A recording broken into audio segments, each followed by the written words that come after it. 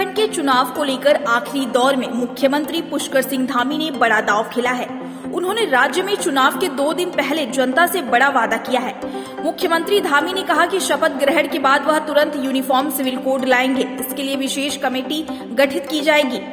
न्यायविदों, सेवानिवृत्त जन और प्रबुद्ध जनों के साथ एक अन्य स्टेक होल्डरों की कमेटी बनाएंगे। शनिवार को खटीमा में एएनआई से बातचीत में सीएम ने कहा कि सरकार के सत्ता में आने पर शपथ ग्रहण करने के तुरंत बाद न्यायविदों, सेवानिवृत्त जनों, समाज के प्रबुद्ध जनों और अन्य स्टेक होल्डरों की कमेटी गठित करेगी। यह कमेटी उत्तराखंड राज्य के लोगों के लिए यूनिफॉर्म सिविल कोड का ड्राफ्ट तैयार करेगी। इस यूनिफॉर्म सिविल कोड का दायरा विवाह, तलाक, जमीन जायदाद और उत्तराधिकारी जैसे विषयों पर लागू होगा। यह सभी धर्मों के लोगों पर समान रूप से लागू होगा। साथ ही यूनिफॉर्म सिविल कोड संविधान निर्माताओं के सपनों को पूरा करने की दिशा में एक अहम कदम साबित होगा और संविधान की भावनाओं को मूर्त रूप देगा।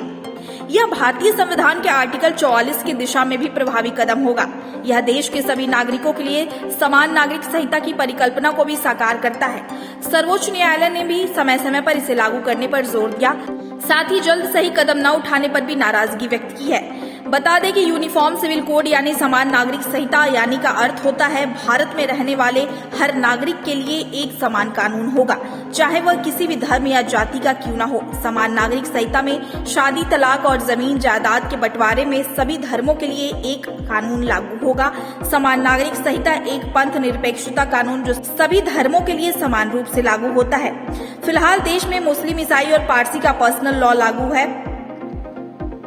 हिंदू सिविल लॉ के तहत हिंदू, सिख और जैन आते हैं। संविधान में नागरिकता संहिता अनुच्छेद 44 के तहत राज्य की जिम्मेदारी बताया गया है, लेकिन ये आज तक देश में लागू नहीं हो सका और उस पर निरंतर बहस चल रही है। Bureau report, nation 1।